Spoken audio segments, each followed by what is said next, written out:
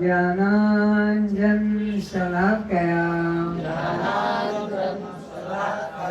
चक्षुरुन्मिलितं येन तस्मै श्री गुरुवे नमः। मन्नाथ श्री जगन्नाथ मद्गुरुं श्री जगद्गुरुं मदात्मा सर्वभूतात्मा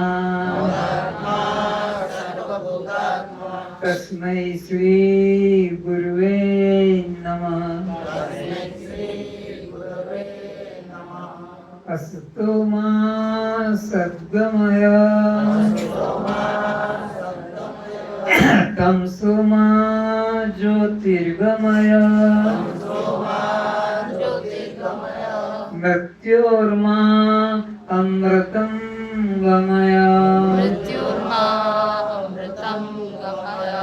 ओम शांति शांति शांति।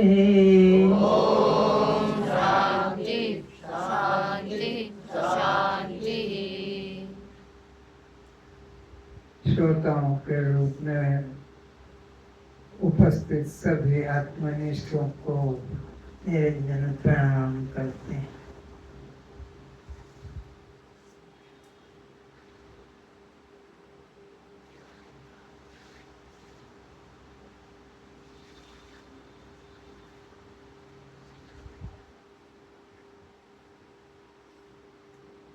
ग्रंथ जिस पर स्वाध्याय चल रहा है अष्टावक्र गीता।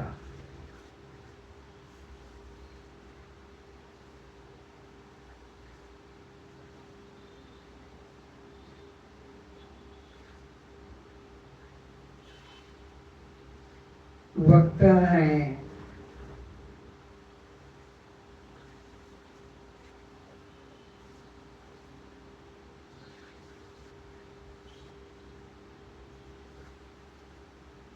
और श्रोता भी है।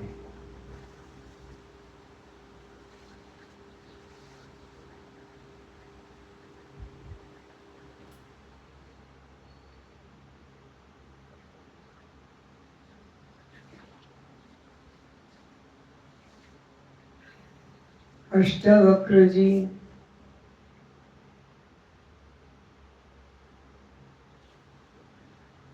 जनक को उपदेश करते हैं।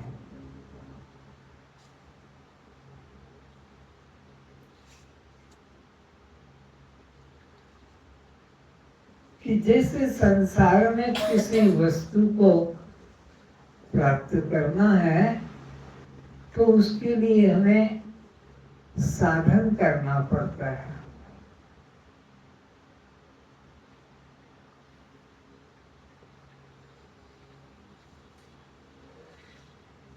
धन चाहिए,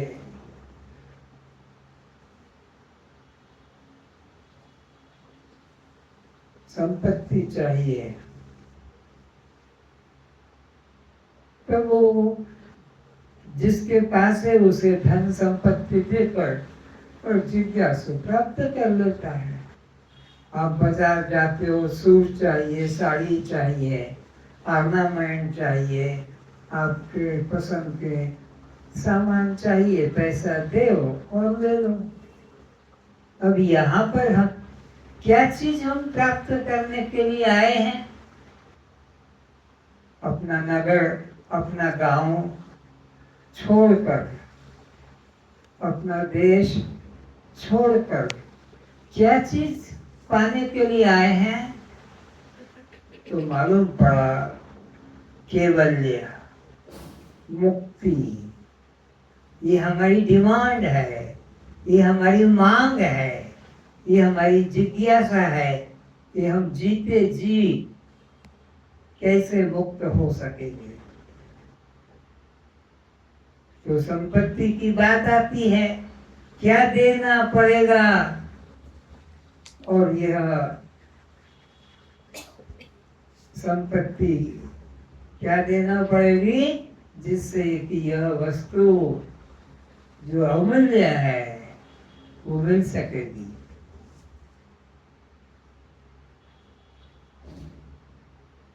तो संपत्ति है विवेक, वैराग्य,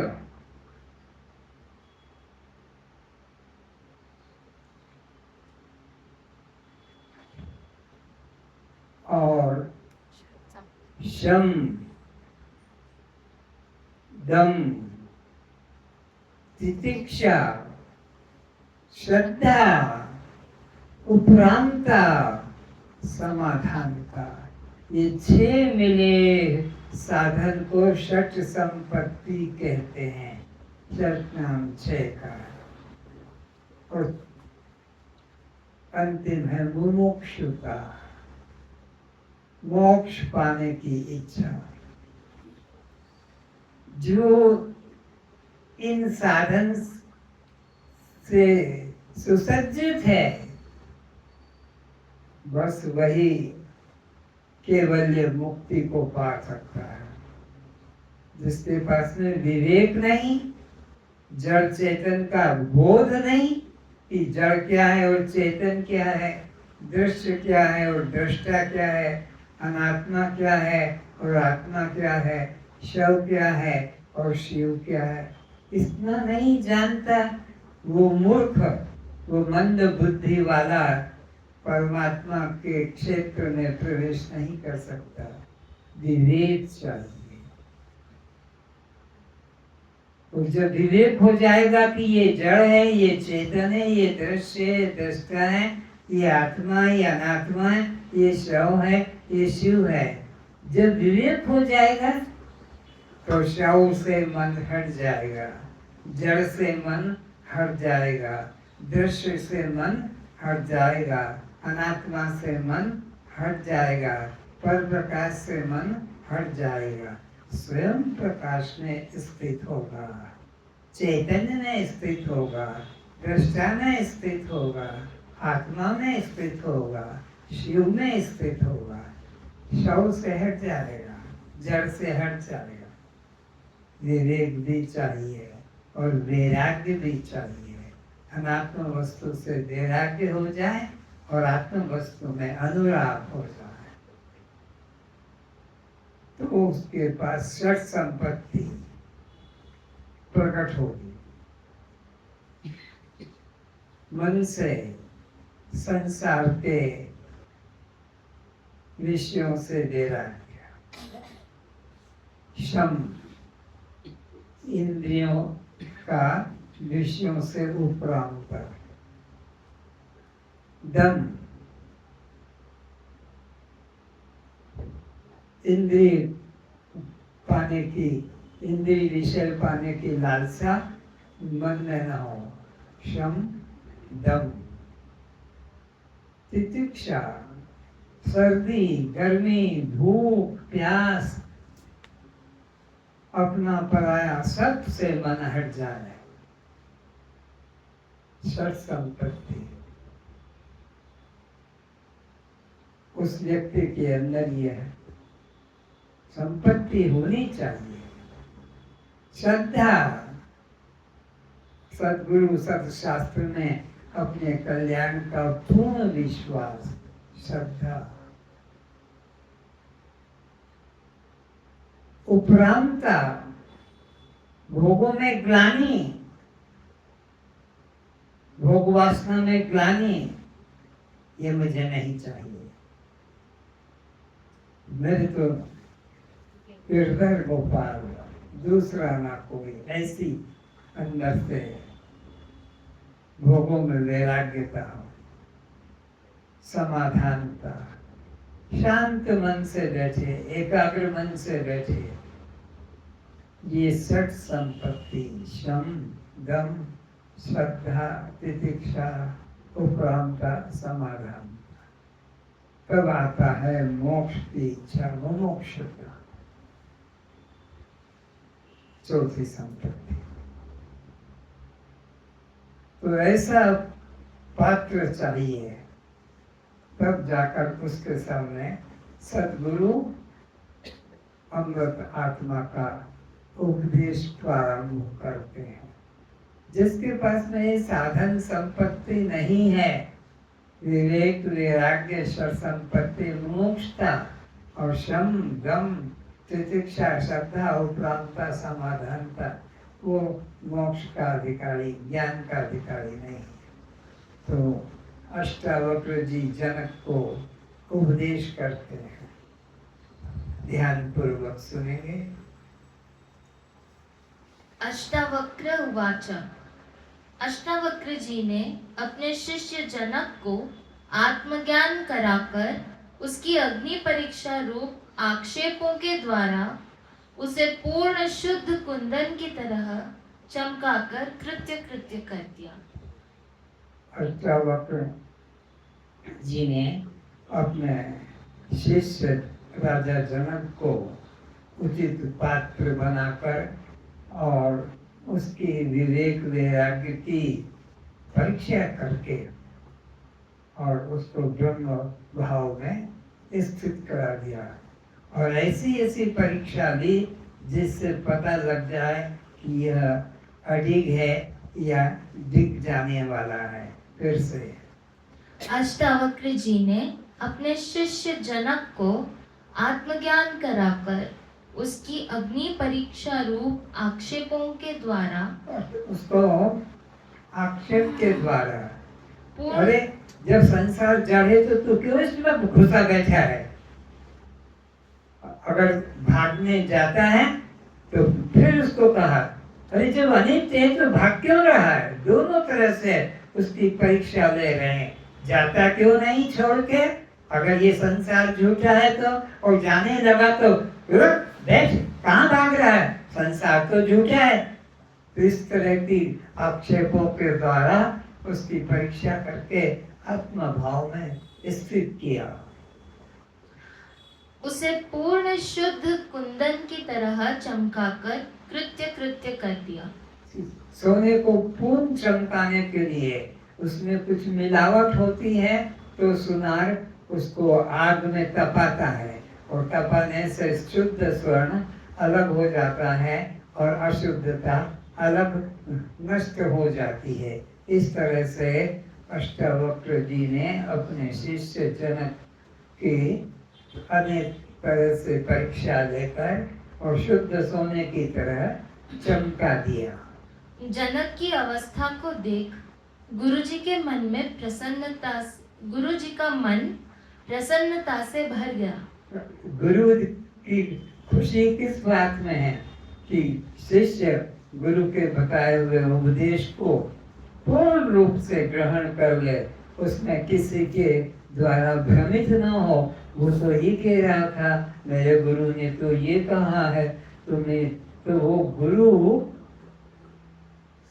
की इतनी शुद्धता करा दी जाती गुरु की शिष्य के मन में कि फिर उसको कोई विचलित नहीं कर सकता। और उसको देखकर गुरु को मन में खुशी है कि मेरा शिष्य पूर्ण है, अब ये विचलित होने वाला, अब इससे कोई डिगा नहीं सकता है। एवं शिष्य को आत्मज्ञान हो जाने का प्रमाण पत्र देने को अब प्रस्तुत हो रहे हैं। शिष्य के अनुभव को प्रोत्साहन मिले, अब इस प्रकार के धैर्य दिलाने वाले वचन को कहने जा रहे हैं। फिर से शिष्य के अनुभव को प्रोत्साहन मिले, अब इस प्रकार के धैर्य दिलाने वाले वचन को कहने जा रहे हैं। अब गुरुदेव शिष्य के अनुभव को पक्का निष्ठा और हो जाए ऐसे वचन कहने लगे कि शिष्य के मन में कोई संदेह नहीं रहे, चित्त भी अपने अनुभव में उस ब्रह्मता को दृढ़ता से ग्रहण कर ले। परीक्षा रूप में गुरुजी द्वारा जनक को हतोत्साहित करने वाले वचन आक्षेपों को सुनकर भी जनक न निराश हुए, न क्रोधित हुए, न विरक्त हुए। गुरु जी ने अपने शिष्य जनक को दोनों तरह से झकझोरा, भागता नहीं फिर ये संसार में आ सकती है, और भाग रहा है तो संसार क्या सच है? दोनों तरह से। तो उस शिष्य की दोनों तरह से परीक्षा लिया और उससे पता लगा कि ये जनक अब हिलने डुलने वाला, विचलित होने वाला नहीं है। दोनों तरह से परीक्षा ले लिया मैंने कि जड़ है संसार, तो भाग क्यों नहीं रहा है, और भाग रहा है अनित्य संसार, तो फिर तूने इसको नित्य समझ रखा है। इस तरह से संशय जगाया, लेकिन वो संशय में आया नहीं। जनक जी के द्वारा आत्मनिष्ठा संबंधी स्पष्ट सचोट असंदिग्ध उत्तर सुनकर अष्टावक्र जी को विश्वास हो गया कि यह उत्तम अधिकारी है। गुरु को विश्वास हो जाए कि ये उत्तम शिष्य है, ब्रह्म ज्ञान का ये उत्तम अधिकारी है, क्योंकि ये संसार के भोगों में आसक्त नहीं होता, संसार के भोगों के लिए यह अंदर से इच्छा नहीं करता, विचलित नहीं होता है। गुरु को खुशी होती है कि मेरा शिष्य पूर्ण अधिकारी है, अब ये संसार में भोगों में आसक्त होने वाला नहीं। यह जन्मों जन्मों की मेरी गुप्त संग्रह की हुई ज्ञान संपत्ति को संभाल कर अधिकारी को बांटने वाला मुझे उत्तम अधिकारी मिल गया। गुरुदेव सोचते हैं कि मैंने जन्मों जन्मों से इस संपत्ति को संग्रह किया था, इस ज्ञान को, और मैंने जिस शिष्य को दिया है वो भी अधिकारी को देखकर ही इस विद्या का दान करेगा, ऐसा मुझे पूर्ण विश्वास है। मेरी भी जन्मों जन्मों की कमाई है और शिष्य की भी जन्मों जन्मों की पुण्याई है, जो यह अब अधिकारी पात्र को देख कर ही उपदेश करेगा। फिर से यह जन्मों जन्मों के मेरी गुप्त संग्रह की हुई ज्ञान संपत्ति को संभाल कर अधिकारी को बांटने वाला मुझे उत्तम अधिकारी मिल गया। अधिकारी को बांटने वाला मुझे उत्तम जनक अधिकारी मिल गया। अष्टावक्र जी ने मन में सोचा, अब मैं निश्चिंत हो गया, अपने गुरु ऋण से मुक्त हो गया। अष्टावक्र जी भी किसी के शिष्य हुए हैं और उन्होंने यह विद्या का अधिकारी को दान कर दिया, तो अष्टावक्र जी सोचते हैं मैं गुरु ऋण से मुक्त हो गया, जो ज्ञान मुझे दिया मैंने अधिकारी जनक को प्रदान कर दिया। क्योंकि अगर गुरु से ज्ञान मिला और तुमने उस ज्ञान को अपने बेटा, अपनी बेटी, अपनी पत्नी, अपना पति या अपना भाई कि अपनी बहन इत्यादि को न दिया, तो वो बोझा हमारे ऊपर गुरु ऋण का बना रहेगा। और अगर तुमने अपने अधिकारी को देखकर उस जो विद्या तुमने पाई है गुरु से, वह अधिकारी को दे दी, तो तुम गुरु ऋण से मुक्त हो गए। और जनक से कहा, जैसे मैंने तुझे पात्र बनाकर ब्रह्म विद्या को पढ़ाया, अब तू भी इसी प्रकार गुरु ऋण से मुक्त होने के लिए सत्पात्र देख इस परम गोपनीय ब्रह्म विद्या का दान कर। तो अष्टावक्र जी ने जनक को कहा कि जैसे मैंने तुझे पात्र बनाकर और इस ब्रह्म विद्या का दान दिया और तो उसमें सफल हुआ, तू भी इसी प्रकार कोई अधिकारी शिष्य को बनाकर और इस ब्रह्म विद्या का दान कर, तो तू गुरु ऋण से मुक्त हो जाएगा।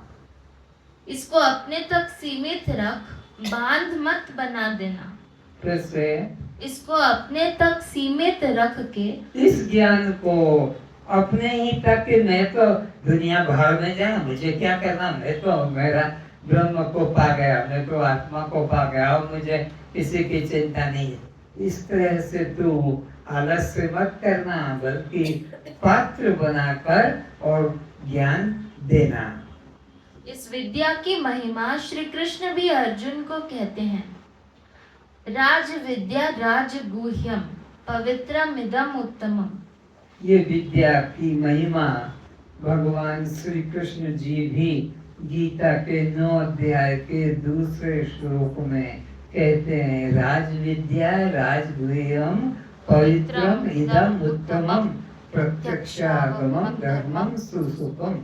ये राज विद्या है, राजाओं की विद्या है, भिखारियों की विद्या नहीं है। औरत चाहिए, बच्चे चाहिए, मकान, ये भिखारी लोग हैं, इनकी ये विद्या काम के आने वाली। ये राजाओं के महल हैं, रानियां हैं, भंडार है, धन, उनको और कोई इच्छा नहीं। तो ये राज विद्या की महिमा भगवान श्री कृष्ण भी अर्जुन को कहते हैं कि अर्जुन यह राज विद्या है। यह विज्ञान सहित ज्ञान सब विद्याओं का राजा है। विचार सहित, विचार ही मुख्य है और यह सब विद्याओं में श्रेष्ठ है। आगे गीता के 10वें अध्याय के 32 श्लोक में कहते हैं, अध्यात्म विद्या विद्या नाम। विद्याओं में जितनी विद्या है, भगवान गीता के 10वें अध्याय के 32वें श्लोक में इसकी महिमा बता रहे हैं कि दुनिया में जितनी विद्या है उसमें ये राज विद्या, अध्यात्म विद्या सबसे श्रेष्ठ है। और तू इसे साधारण विद्या मत जानना। ये साधारण में बीए या कोई इंजीनियर, कोई डॉक्टरी, कोई वकीलात जैसी साधारण ये बात मत समझ लेना कि वकील बन गए, डॉक्टर बन गए, इंजीनियर बन गए। ये तो पेट भरने की विद्या है, ये तो नश्वर विद्या है, इससे कल्याण होने वाला नहीं। इसलिए इस विद्या का महत्व समझ। सब गोपनियों का भी यह ब्रह्म विद्या, और जितनी चीजें जगत में छुपाने वाली है, जितनी भी, उनमें से सबसे अधिक गोपनीय विद्या छुपाने योग्य है। इसकी हर एक के आगे प्रशंसा प्रकट नहीं करना चाहिए। अति पवित्र, अति उत्तम और प्रत्यक्ष जीवित मोक्ष देने वाला है। कैसा है? अति पवित्र है, आत्मा से अधिक और पवित्र पृथ्वी पर वस्तु नहीं, और मूल्यवान भी आत्मा से अधिक और कोई मूल्यवान पदार्थ भी नहीं, उत्तम भी कोई नहीं। फिर से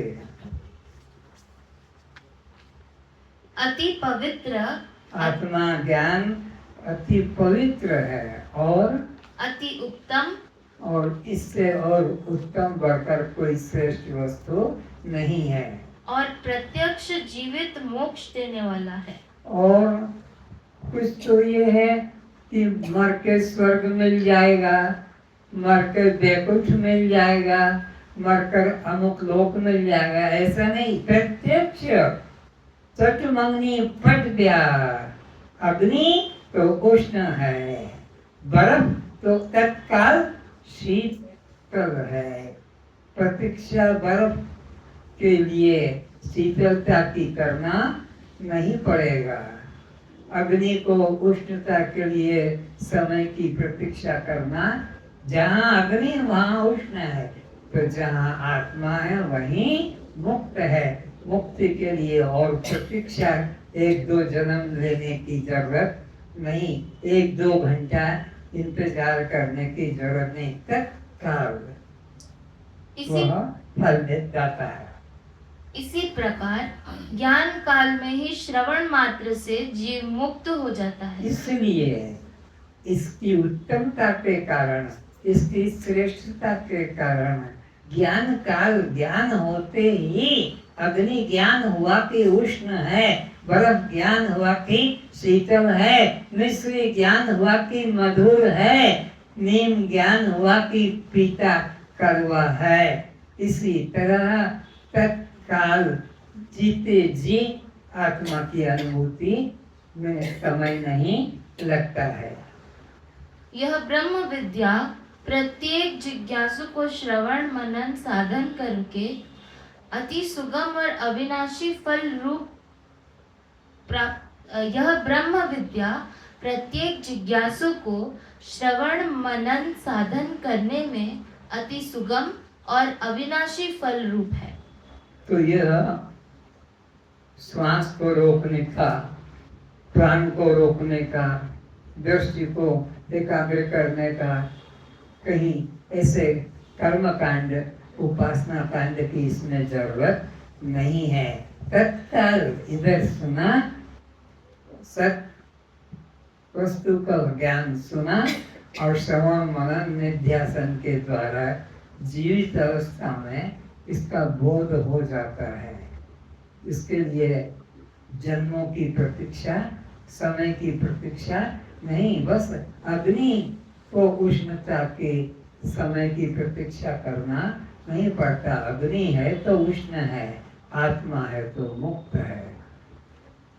हे अर्जुन, तेरे पूछने पर तेरे हित के लिए मेरे द्वारा कहे हुए इस परम गोपनीय परम रहस्य गीता ज्ञान अमृत को तू किसी काल में न तो अद्वैत ज्ञान पर अश्रद्धा करने वाले को, न अशुद्ध आहारी को, न गुरुद्रोही को, न इंद्रिय असंयमी को, न सकाम कर्मी को, न सगुण भक्त को, न ब्रह्म जिज्ञासा से रहित अज्ञानी को, न गुरु माता पिता की भक्ति से रहित को, न बिना सुनने की इच्छा वाले को, और निर्गुण निराकार ब्रह्म भगवान की अर्थात आत्मज्ञान की निंदा करता है, ऐसे लोगों को कभी नहीं कहना।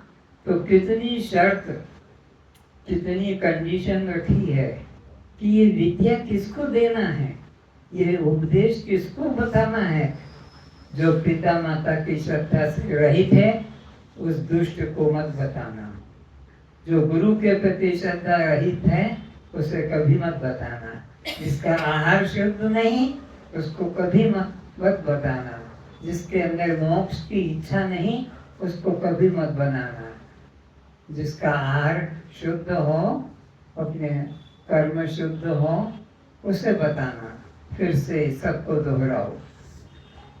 तेरे पूछने पर तेरे हित के लिए मेरे द्वारा कहे हुए इस परम गोपनीय परम रहस्य गीता ज्ञान अमृत को किसी काल में न तो तू अद्वैत ज्ञान पर अश्रद्धा करने वाली को, जो अद्वैत ज्ञान में श्रद्धा नहीं रखते हैं उनको मत बताना। जो द्वैत में श्रद्धा करते हैं कि परमात्मा और है और मैं और हूँ, इस तरह का जो भाव रखते हैं उसको कभी मत बताना।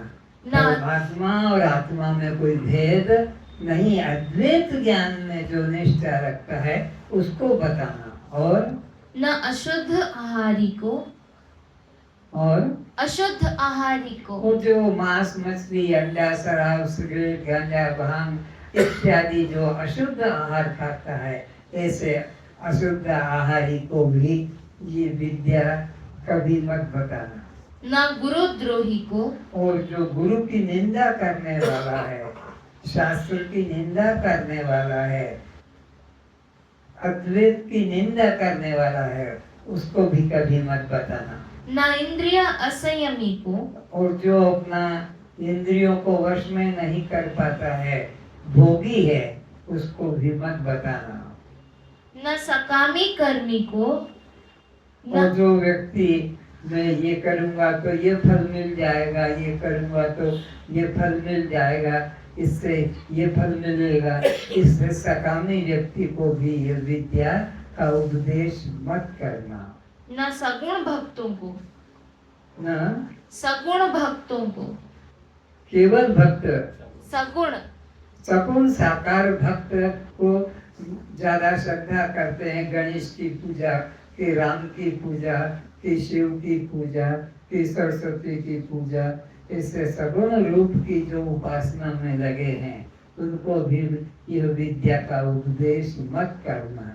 तुम देखो अद्वैत ज्ञान सुन रहे हो और घर में मंदिर सजा के बैठे हो, वहाँ फूल चढ़ा देते हो, अगरबत्ती जला देते हो, वहाँ पर भोग रख देते, तुम्हारे ब्रह्म निष्ठा का ये प्रमाण मिल जाता कि तुम अद्वैत में निष्ठा नहीं करते हो, तुम ब्रह्म में निष्ठा नहीं करते हो, क्योंकि तुम्हारी कर्म तो सब इस तरह दिखाई पड़ते हैं द्वैत के।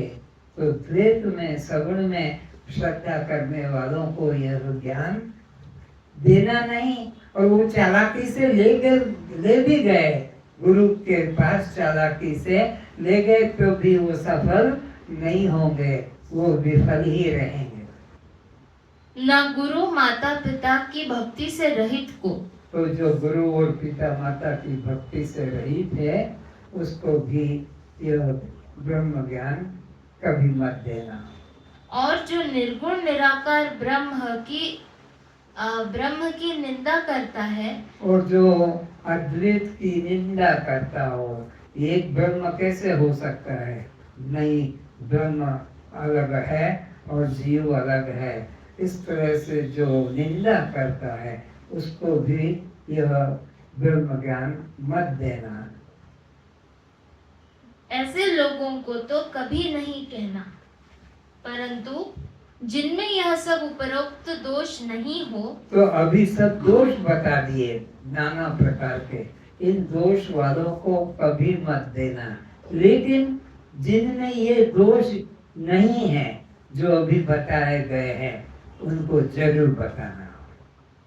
ऐसे मेरे भक्तों के प्रति प्रेम पूर्वक उत्साह के सहित निष्काम भाव से अवश्य कहना। उनको प्रेम पूर्वक निष्काम भाव से अवश्य देना है, लेकिन जिनमें दोष है उनको कभी मत देना।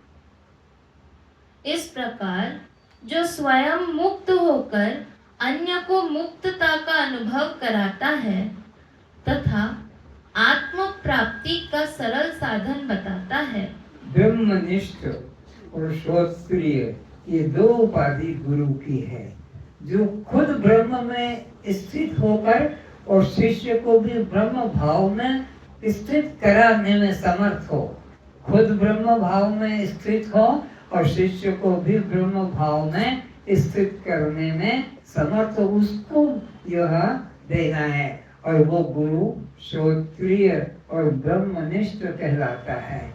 श्रोत्रिय शास्त्र का ज्ञाता और ब्रह्मनिष्ठ ब्रह्म का अनुभव करने वाला, दो उपाधि है।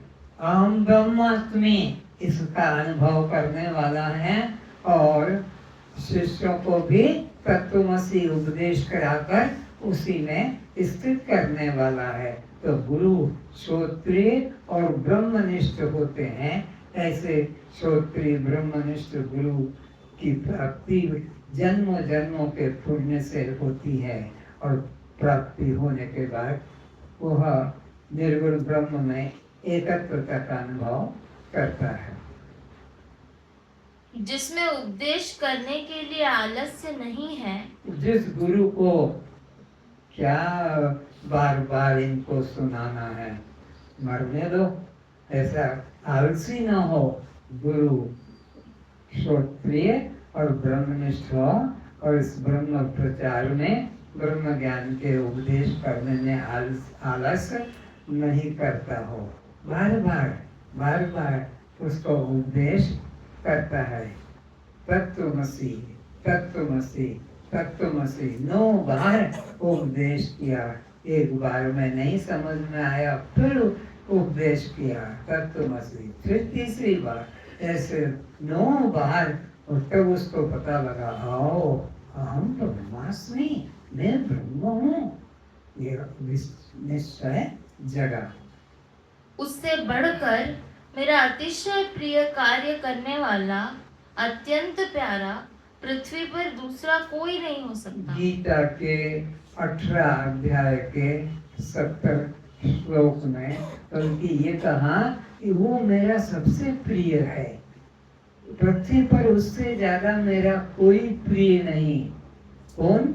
जो जिज्ञासुओं को ब्रह्म ज्ञान का उपदेश करता है उपदेश करने में किसी प्रकार का आलस्य या लोभ नहीं रखता है कि ये देगा तो लूंगा, ये बताऊंगा, ऐसा भी नहीं। वो मेरा पृथ्वी पर सबसे अधिक प्रिय कार्य करने वाला है। कौन? जो जिज्ञासु को ब्रह्म ज्ञान का उपदेश करता है।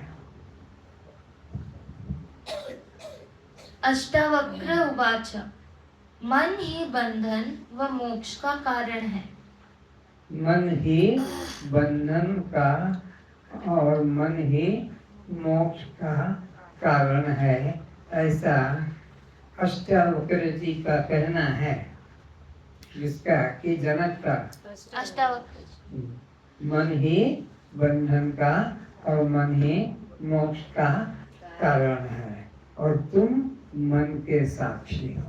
तुम मन नहीं, मन के दृष्टा आत्मा हो। आगे अष्टावक्र जी कहते हैं, हे राजन, तूने अपने आत्मानुभूति प्रकरण में जो निर्भीक होकर कहा था कि मेरे आत्म स्वरूप में त्याग व ग्रहण करने की कल्पना नहीं है, यह तेरी बात पूर्णतः सत्य है। तूने जो पहले कहा था, मेरे उपदेश करते समय तूने बीच में ये कहा था, क्या कहा था? कि आत्मज्ञान की सत्यता में कोई साइंस है नहीं। फिर से, मेरे आत्म स्वरूप में त्याग व ग्रहण करने की कल्पना नहीं है। अपने आत्म स्वरूप में न त्याग करना होता है, न ग्रहण करना होता है। पूर्णमदः पूर्णमिदं पूर्णात् पूर्णमुदच्यते पूर्णस्य पूर्णमादाय पूर्णमेवावशिष्यते। आत्मा पूर्ण है, पूर्ण में से पूर्ण निकाल लो तब भी पूर्ण है, उसकी पूर्णता में कोई कमी नहीं है। मैं इस बात को स्वीकार करता हूँ और मैं इस बात को स्वीकार करता हूँ, मैं इसे इनकार नहीं करता कि पूर्ण में से पूर्ण भी निकल जाए तब भी वो जो का त्यों पूर्ण ही है। शून्य में से शून्य को घटाओ तो कितना आंसर आएगा? शून्य। शून्य में शून्य जोड़ो तो क्या आंसर आएगा? शून्य। शून्य में शून्य का गुणा कर दो तो क्या आंसर आएगा? शून्य। शून्य को शून्य से भाग कर दो तो भी तो ये आत्मा जो का त्यों पूर्णमदः पूर्णमिदं पूर्णात् पूर्णमुदच्यते पूर्णस्य पूर्णमादाय पूर्णमेवावशिष्यते। आगे मैं इस बात को स्वीकार करता हूँ। कौन कह रहा है? अष्टावक्र जी। किसकी बात को स्वीकार करते हैं? उद्धव जनक की बात को। मैं इस बात को स्वीकार करता हूँ कि यह ग्रहण त्याग तो मन का धर्म है, तुझ आत्मा का नहीं।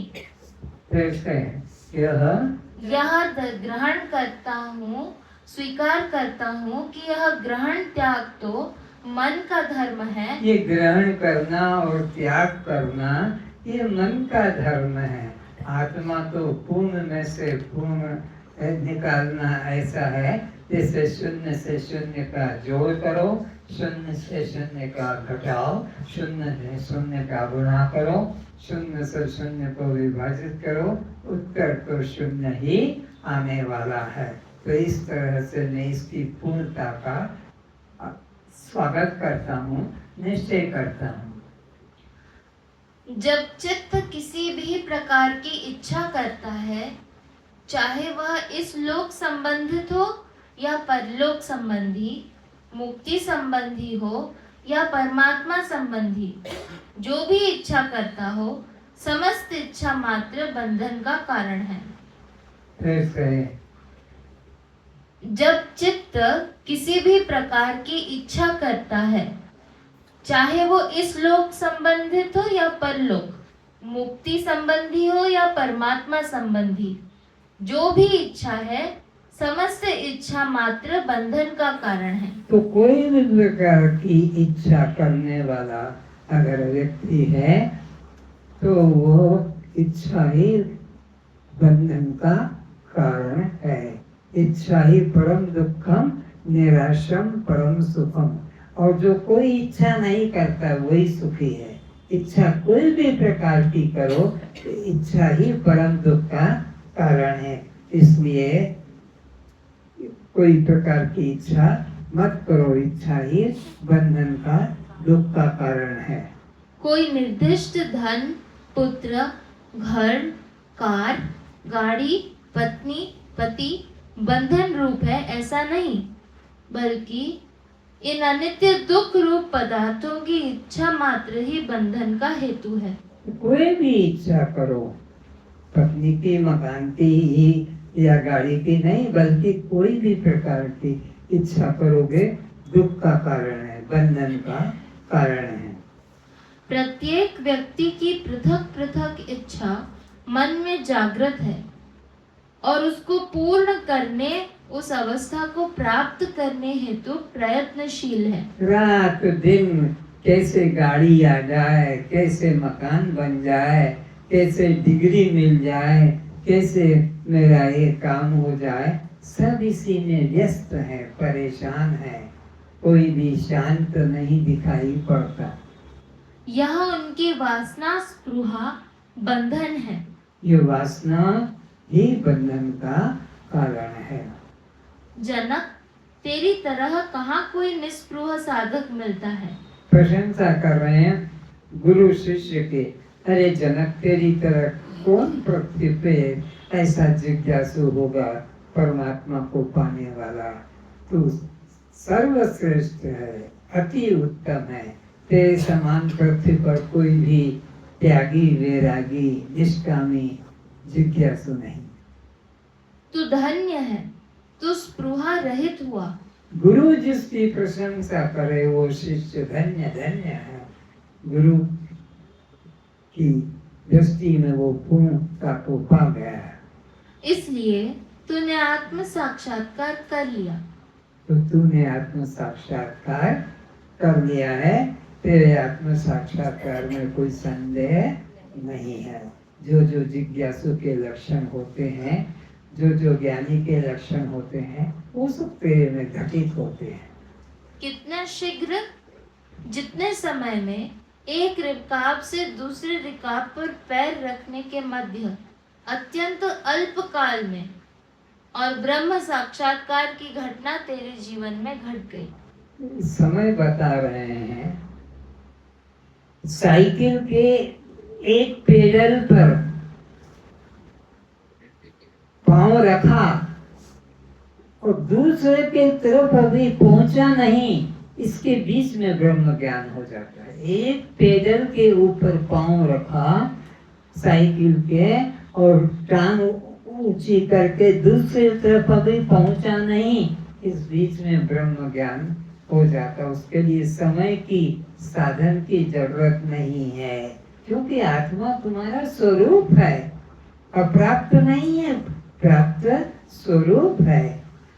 फिर से जितने समय में एक रिकाब से दूसरे रिकाब पर पैर रखने के मध्य अत्यंत अल्प काल में ही ब्रह्म साक्षात्कार की घटना तेरे जीवन में घट गई। तो इतना शीघ्रता से तेरे जीवन में यह घटना घट गई कि एक तरफ पांव रखा और दूसरी तरफ पांव पहुंच नहीं पाया, उसके बीच में ही तूने ब्रह्म का अनुभव नए रूप में, सोहम रूप में कर लिया। कोई मंत्र नहीं करना पड़ा, कोई माला नहीं करना पड़ी, कोई जप नहीं करना पड़ा, कोई तपस्या करना नहीं पड़ी। धन्य है। वासना द्विविधा प्रोक्ता शुद्धा च मलिना तथा मलिना जन्म हेतुः स्यात् शुद्धा जन्म विनाशिनी। वासना दो प्रकार की है, शुद्ध तथा अशुद्ध। मलिन वासना बंधन का कारण है। मलिन वासना का मतलब है स्वर्ग वैकुंठ तक भोगों की इच्छा करना, ये मलिन वासना है। और शुद्ध वासना क्या है? और शुद्ध वासना जन्म मरण रूप बंधन को दूर करने वाली है। वो शुद्ध वासना वो जन्म मरण बंधन को हटाती है। वासना से ही जीव बंधता है एवं दुखी होता है। वासना कोई भी प्रकार की करने से जीव दुखी होता है, बंधन को पाता है। और निर्वासनिक व्यक्ति कभी बंधन को पाता नहीं, वो सदा आनंद में मस्त रहता है। अपने अखंड आनंद स्वरूप के अज्ञान से जीव बाह्य विषय वस्तु को सुख रूप मान उन्हें पाने के लिए कष्ट भोगता है। अज्ञान के कारण व्यक्ति अपने से बाहर, ये तुम्हारी मोटर कहो, मकान कहो, स्वर्ण कहो, अलंकार कहो, ये बच्चे इनमें श्रद्धा करके, इनकी वासना करके बंधन को प्राप्त होगा। अपने से भिन्न पदार्थ को पाने के लिए जो इच्छा वासना करता है, बस वही दुख का कारण है। और वस्तु प्राप्त करके भी आनंद नहीं मिलता।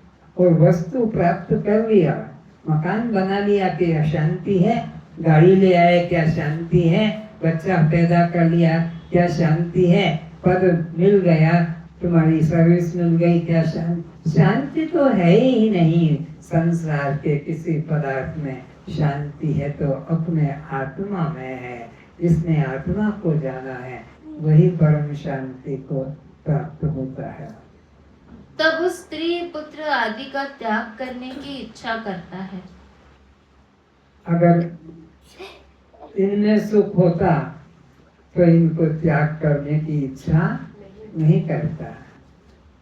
वह त्याग भी करना भी बड़ा कष्टदायक होता है। इच्छित वस्तु के प्राप्त पर हर्ष तथा अप्राप्ति पर वह जीव उसमें बाधक व्यक्ति पर क्रोधित होता है। तो जो उसमें बाधा करने वाला है, अपने इच्छित पदार्थ में रुकावट करने वाला है, तो उस पर उसको क्रोध उत्पन्न होता है, दुश्मनी होती है, हत्या तक भी हो जाती है कि मेरी वस्तु को पाने में तू रुकावट करता है, मैं तेरा जीवन की समाप्ति कर देता हूँ। उसके पाने में जो रुकावट करने वाला दिखाई पड़ता है, उसे हटाने के लिए हत्या तक भी कर डालता है। जीव के बंधन व मुक्ति के दो पदों में व्यक्त किया जा सकता है। जीव के बंधन और मुक्ति में दो पद बस, अहम ये मेरा है, ना अहम ये मेरा नहीं। दो पद, ये मैं हूँ और ये मेरा नहीं। फिर से जीव के बंधन व मुक्ति को दो पद में व्यक्त किया जा सकता है। यह मेरा है, ममेति, इस भाव में जीव को बंधन है। जो भी रुकावट डालेगा उसे हटाने में सब कुछ साम दाम दंड भेद नीति अपना ली जाती है। निर्ममेति, यह मेरा नहीं है, ऐसा विचारते ही बंधन टूट जाता है। यह मैं हूँ, यह मेरा है, बंधन ये मेरा नहीं, इतना विचारने से बंधन टूट जाता है। दो पदों में बंधन और मोक्ष छुपा हुआ है। अहम ना अहम, ये मैं हूँ अहम और ये मैं नहीं हूँ, बस मुक्ति है। बंधन व मोक्ष का कारण मन है। विषयी लोगों के साथ बैठकर उनसे विषय चर्चा सुनकर विषयों में सुख बुद्धि से मन आसक्त हो उन विषयों को प्राप्त करने की इच्छा करता है। जैसे ताश खेलने वाले, कैरम खेलने वाले, हॉकी, क्रिकेट खेलने वाले या और भी इसी प्रकार के, वो उनके साथ रहकर उसमें सुख बुद्धि कर लेता है, जबकि वह दुख का ही कारण है। आसक्ति से उन पदार्थों को पाने की कामना जागृत हो जाती है। आसक्ति के कारण फिर उस पदार्थ को पाने की कामना कि मेरे को भी मिले, मैं भी ऐसा करूं, मैं भी इसमें उत्तम श्रेणी में आ जाऊं। क्रोध उत्पन्न होने से अत्यंत मूढ़ता उत्पन्न हो जाती है। तो जब क्रोध आ जाता है व्यक्ति को, तो ये मेरा बाप है, ये मेरी पत्नी है, ये मेरा पुत्र है, ये मेरा बेटा है इत्यादि, उनके प्रति वैरभाव जग जाता है, यहाँ तक कि हत्या तक भी कर देता है, तब नहीं सोचता कि ये मेरा बेटा है कि मेरा बाप है कि मेरा मित्र है कि मेरा ऑफिसर है। यदि शराबी को शराब हेतु घर में पत्नी बच्चे रुकावट डालते हैं तो उन्हें मारपीट करना तो साधारण सी बात है। ये तो साधारण सी बात है। बाप बेटे पर क्रोध करता है, पत्नी पर क्रोध करता है, मारपीट भी कर देता है। अगर ये बेटा या पत्नी उसके शराब पीने पर या जुआ खेलने पर या अशुद्ध आहार पर रुकावट करते हैं तो ये उन्हें मारने को भी तैयार हो जाता है। हत्या तक कर देते हैं, जला देते हैं, गला घोट देते हैं, छत से ऊपर से फेंक देते हैं। इतना सब कर लेता है क्रोधवान। इस प्रकार कामी क्रोधी अत्यंत मूढ़ता को प्राप्त होने से विवेक शून्य हो जाता है, स्मृति में भ्रम हो जाता है, अर्थात कर्तव्य को भूल जाता है। क्या करना चाहिए क्या नहीं करना चाहिए, कर्तव्य अकर्तव्य को भूल जाता है। मूढ़ता कहता है, बुद्धि जब मूढ़ हो जाती है तब उसको विवेक शक्ति खत्म हो जाती है। योग वशिष्ठ महाभारत युद्ध इसी का प्रकट प्रमाण है। तो ये जो भी युद्ध होते हैं, चाहे वो महाभारत का हो कि और कोई युद्ध हो, राम रावण का, ये सब उसी का परिणाम है, विवेक शून्यता से। योग वशिष्ठ महारामायण में श्री राम को भी यही उपदेश दिया है।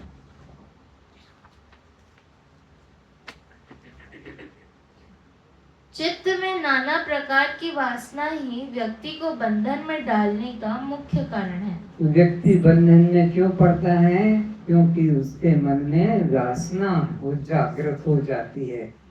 ये नाना वासना ही बंधन का कारण है। समस्त इच्छाओं का त्याग हो जाना मोक्ष है। और समस्त इच्छाओं का त्याग ही मुक्ति है। यह मैं हूँ बंधन है और यह मेरा नहीं, मैं मुक्त हूँ। दो पद में ही बंध और मोक्ष छुपा हुआ है। जब तुम वासना का त्याग करोगे और मोक्ष की भी इच्छा न करोगे, तब तुम तत्काल बिना प्रयास बिना साधन के मोक्ष को प्राप्त कर लोगे। फिर से दोनों बातें बताई जा रही है। कौन कौन सी? हे राम, जब तुम वासना का त्याग करोगे, कोई भी वासना मन में किसी भी पदार्थ को पाने की इच्छा, धन पुत्र संपत्ति पद प्रतिष्ठा, किसी के पाने की इच्छा नहीं करोगे तो तुम मुक्त हो जाओगे। और मोक्ष की भी इच्छा ना करोगे। मोक्ष की भी इच्छा ना करो, तुम स्वतः मुक्त हो कर रहोगे। तब तुम तत्काल ही मुक्त हो। तब देरी नहीं लगेगी तो मुक्त होकर ही रहोगे। संसार के किसी भोग पदार्थ की वासना इच्छा न हो और अपनी मुक्ति के लिए भी इच्छा न हो तो तुम तत्काल ही मुक्त होकर रहोगे। उपरोक्त कथन से यह निष्कर्ष निकलता है कि वासना बंधन रूप है, अतः उसके बिना छोड़े किसी को भी मोक्ष नहीं मिलेगा। क्या गृहस्थी, क्या ब्रह्मचारी, क्या सन्यासी, सबके मन में नाना प्रकार की वासनाएं भरी पड़ी हैं। ये बंधन का कारण है। अगर मन से वासना निकल गई तो तुम तत्काल मुक्त ही हो। उसके लिए कोई साधन करना नहीं पड़ता।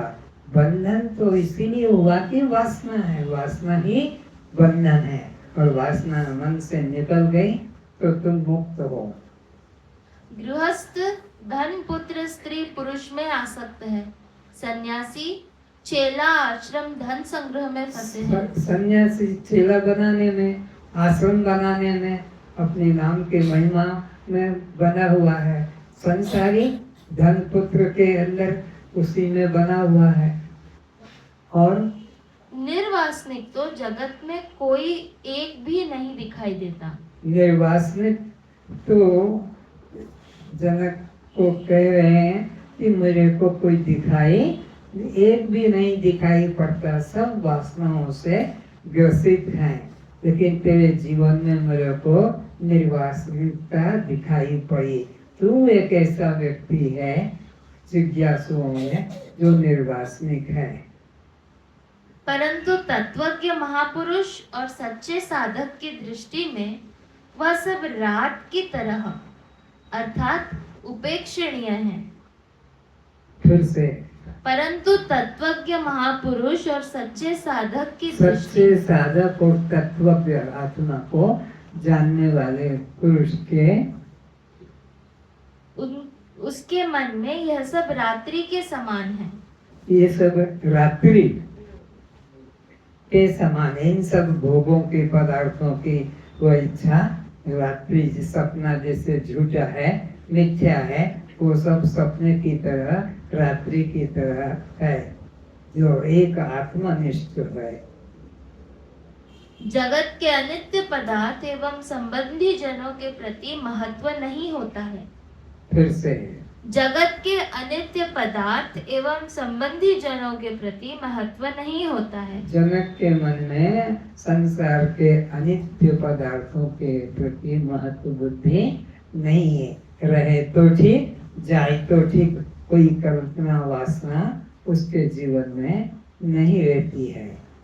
बंधन की बात प्रारंभ में इसलिए करना पड़ा कि प्राय लोग नाना इच्छा करने वाले हैं। यदि उन्हें बंधन का स्वरूप समझा दिया जाए तो वे बंधन के विषयों से वैराग्य ले सकेंगे। ये क्यों समझाना पड़ा? मुक्ति के जिज्ञासु के लिए जरूरत नहीं है, लेकिन अगर ये पदार्थ पहले ना बताए जाते तो उन पदार्थों के प्रति उनके मन में वैराग्य भाव भी नहीं आता, और वैराग्य न आता तो उन्हीं भोगों में आसक्त रहकर वे बंधन को प्राप्त हो जाते। इसलिए मैंने मुक्ति के बाद में भी इन विषयों का वर्णन किया है। कैसे? यदि बंधन की बात प्रारंभ में इसलिए करनी पड़ी, बंधन की बात मेरे को क्यों करना पड़ी उसका कारण बता रहे हैं। लोग नाना इच्छा करने वाले हैं। यदि उन्हें बंधन का स्वरूप समझा दिया जाए तो वे बंधन के विषयों से वैराग्य ले सकेंगे। तो उनको अगर ये बात समझा दी जाए कि स्वर्ग की इच्छा, वैकुंठ की इच्छा, कि धन पुत्र की इच्छा जो है ये बंधन का कारण है, तो वो व्यक्ति उससे फिर वैराग्य ले लेंगे और मुक्ति के स्वतंत्र मार्ग पर चल पड़ेंगे। मुक्ति तो सभी जीवों का सहज स्वभाव है। उसको पाने के लिए किसी प्रकार की साधन करने की जरूरत नहीं है। तो मुक्ति तो जीव का सहज स्वभाव है, उसे पाने के लिए बताओ अग्नि को गर्म करने के लिए क्या साधन करेंगे? सोचे हम कि बर्फ को ठंडा करने के लिए क्या साधन करना पड़ेगा, चीनी को मधुर करने के लिए क्या साधन करना पड़ेगा। आत्मा को इसी तरह मुक्ति के लिए कोई साधन करने की जरूरत आत्मा स्वभाव से ही, सबका आत्मा अपना स्वभाव से ही मुक्त है। देखो भाई, अंधकार पूरे नगर में व मकान के प्रत्येक कमरे में है, किंतु जिस कक्ष में जिस स्थान पर प्रकाश होगा वही का अंधकार दूर होगा। मकान के अंदर कितने रूम, कितने उसको रूम को फ्लैट का हो है, लेकिन जिस कमरे में दीपक जलेगा उसी कमरे का अंधकार। कितने कमरे हैं, बड़ी बिल्डिंग है, लेकिन अंधकार किस कमरे का जाएगा? जिसमें दीपक जलाया जाएगा। तो ये कमरों की तरह शरीर अंतःकरण अनेक हैं, पर जिस अंतःकरण में ज्ञान की ज्योति गुरु के द्वारा प्रकट होगी उसी का ज्ञान अंधकार नाश होगा, वही मुक्ति का अनुभव कर सकेगा। बाकी के अंदर पति में अज्ञान है, पत्नी में अज्ञान है, पुत्र में अज्ञान है, तो वो अज्ञान बना रहेगा। लेकिन जिस अंतःकरण में ज्ञान हो जाएगा बस वही मुक्त होगा। बाकी उसके संबंधी वो सब मुक्त होंगे ऐसा कभी मत सोचना। मुक्ति उसी को होगी जिसके अंतःकरण में ब्रह्म ज्ञान जागृत हो गया है। इसी प्रकार सभी व्यक्तियों में वासनाओं व इच्छाओं का भंडार भरपूर है। सबके अंदर वासना, इच्छा, कामना का भरपूर भंडार है। कोई खाली नजर नहीं आता। करोड़ों करोड़ों में मनुष्याणाम सहस्रेषु कश्चित् यतति सिद्धये। गीता के 7वें अध्याय के 19 श्लोक में था, करोड़ों करोड़ों में कोई एक निष्कामी होता है और जो मुक्ति का अनुभव करता है। किंतु जो संत महात्मा सद्गुरु की बात सुनकर वासना को बंधन जान त्याग देता है, उसी को जीवन में आत्मानंद उपलब्ध हो सकता है। उसी को वो धन्य है जीव जो गुरु के वचन में श्रद्धा करके और सब वासनाओं का त्याग करके एकमात्र आत्मनिष्ठ होता है। उसी को ही शांति मिलती है फिर से। किंतु जो संत महात्मा सद्गुरु की बात सुनकर उनकी बात सुनकर, उनका उपदेश सुनकर, उनकी आज्ञा पालन कर लेता है, बात सुनकर वासना को बंधन जान त्याग देता है, वासना को बंधन जान करके जो भी वासना है त्याग देता है, तो उसी के जीवन में आत्मानंद की उपलब्धि हो सकती है। उसी के जीवन में आत्मानंद की उपलब्धि हो सकती है। आज बस इतना ही शेष कर।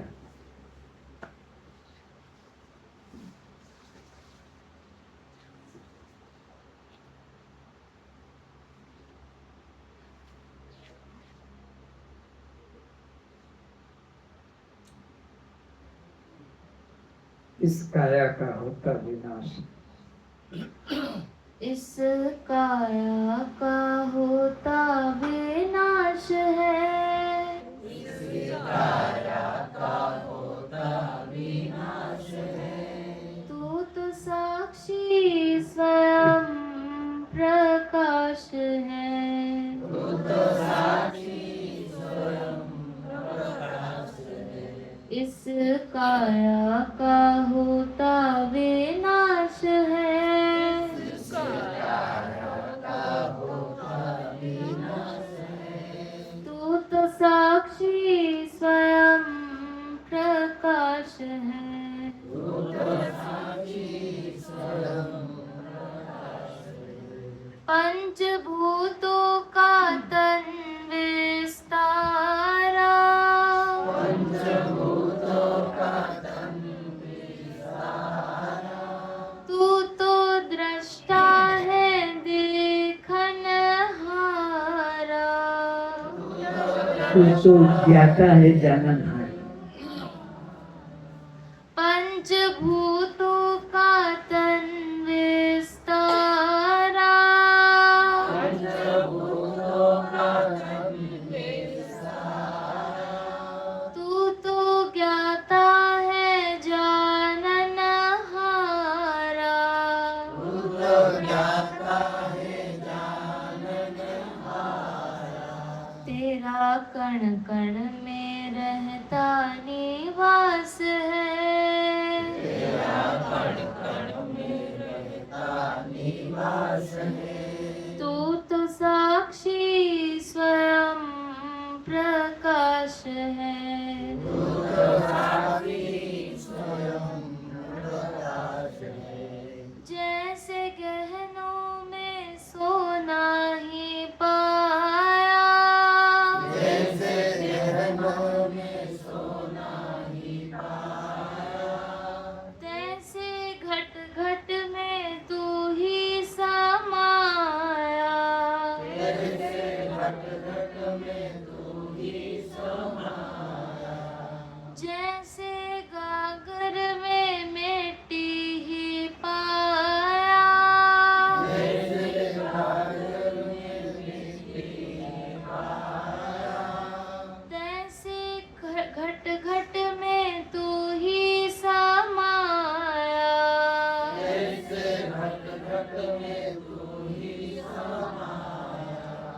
जग तेरा ही लीला विलास है।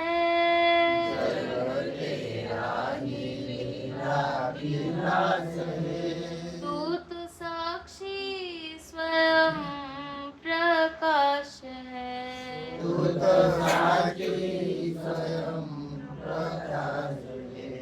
जाग जल्दी ये सपने की माया।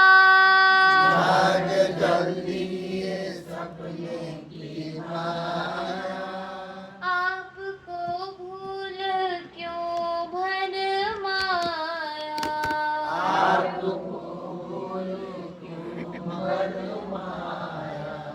जाग जल्दी ये सपने की माया।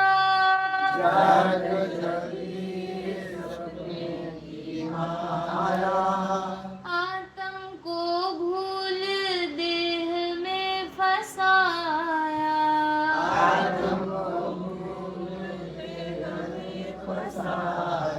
स्वामी होके बना क्यों दास रे।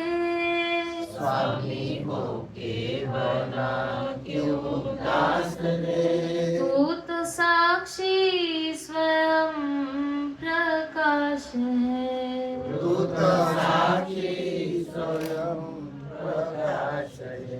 भूल तेरी है तू ही मिटा दे।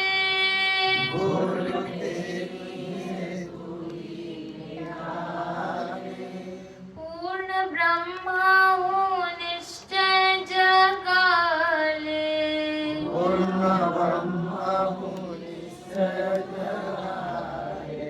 भूल तेरी है तू ही मिटा दे।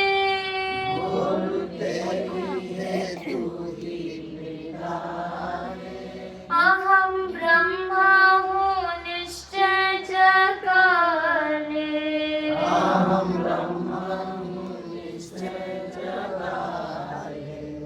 मिटे जन्म मरण की त्रास है।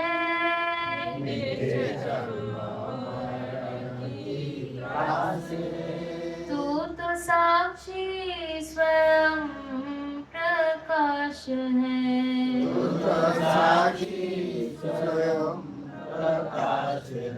इस काया का होता विनाश है।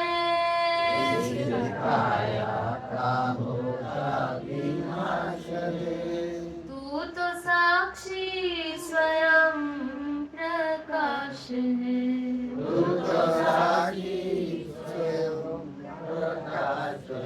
तू तो साक्षी स्वयं प्रकाश है।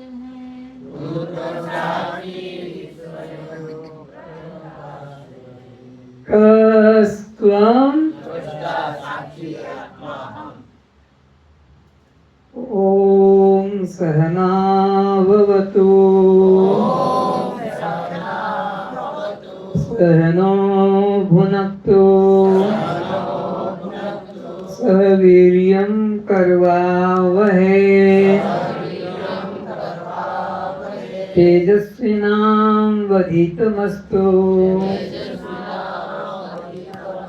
मा विद्विषावहै।